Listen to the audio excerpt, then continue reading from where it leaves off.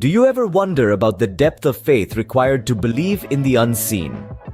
Today we journey back in time to a story woven into the fabric of the New Testament, a story that resonates with faith and humility. This is the story of the centurion and his faith, as told in the book of Luke chapter 7 verses 1 to 10. Our tale begins in the 1st century in the regions of Judea and Galilee under the iron rule of the Roman Empire.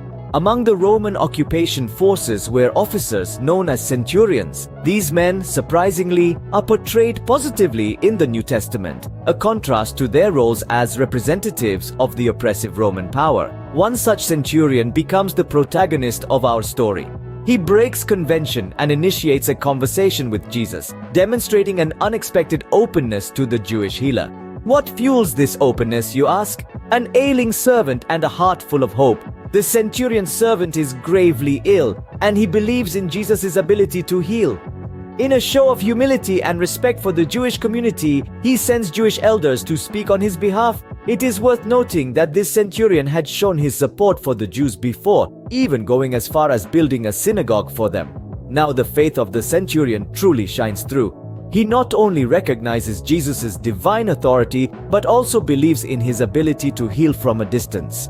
Drawing an analogy from his own role in the Roman army, he states, "I say to one, go, and he goes, and to another, come, and he comes, and to my servant, do this, and the slave does it." Jesus, moved by the centurion's faith, marvels, saying, "Not even in Israel have I found such faith." And in affirmation of the centurion's trust, he heals the servant. The writer Luke, in his narration, draws parallels with the Old Testament story of Naaman, a Gentile military commander healed by the prophet Elisha, as told in the 2nd book of Kings chapter 5 verses 1 to 14.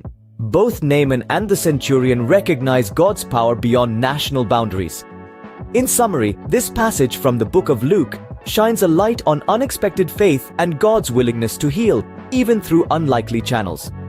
The centurion's humility and trust serve as a powerful example for us all. It reminds us that faith can move mountains, heal the sick, and at the very least, make us better human beings. So, as we navigate through life, let us hold on to our faith, just like the centurion did, and believe in the power of the unseen.